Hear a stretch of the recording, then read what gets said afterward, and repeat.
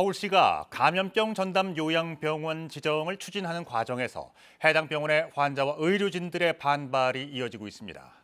요양병원의 특성상 코로나19 등 감염병 환자를 치료하기에는 시설도 인력도 적절치 않다는 것인데요. 왜 논란이 계속되고 있는지 석혜원 기자가 알아봤습니다. 재활치료를 전문으로 하는 한 요양병원입니다. 서울시가 감염병 전담 요양병원으로 지정한 3곳 중 한 곳입니다. 이 병원은 서울시로부터 통보도 받지 못했다며 철회를 요구했습니다.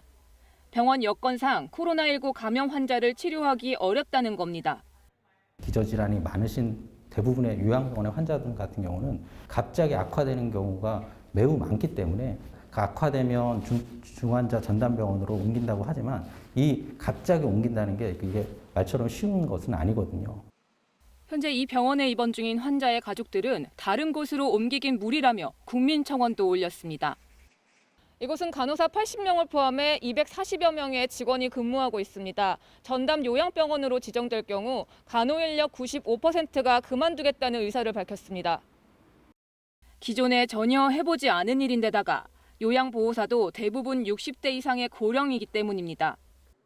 평상시에 감염병이 발견이 되면 무조건 전원을 가요. 전원을 가는 시스템에서 일을 하던 사람이 어느 날 갑자기 감염병을 보라고 하니까 아무런 준비가 안 돼 있는 거죠.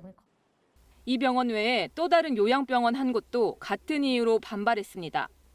서울시는 반발이 잇따르자 긴급 회의를 열어 한 곳으로부터 지정에 응하겠다는 약속을 받아냈습니다.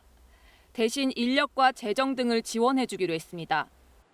감염병 전담 요양병원은 코로나 증상이 무증상이나 경증, 아주 약한 증상을 가지신 분들이 돌봄 서비스도 제대로 받으면서 코로나 진료를 받는 곳으로 운영을 하기 위해서 저희들이 지정을 하고자 합니다. 코로나19에서 완치된 요양병원 환자도 다시 돌아갈 곳을 찾기 힘듭니다.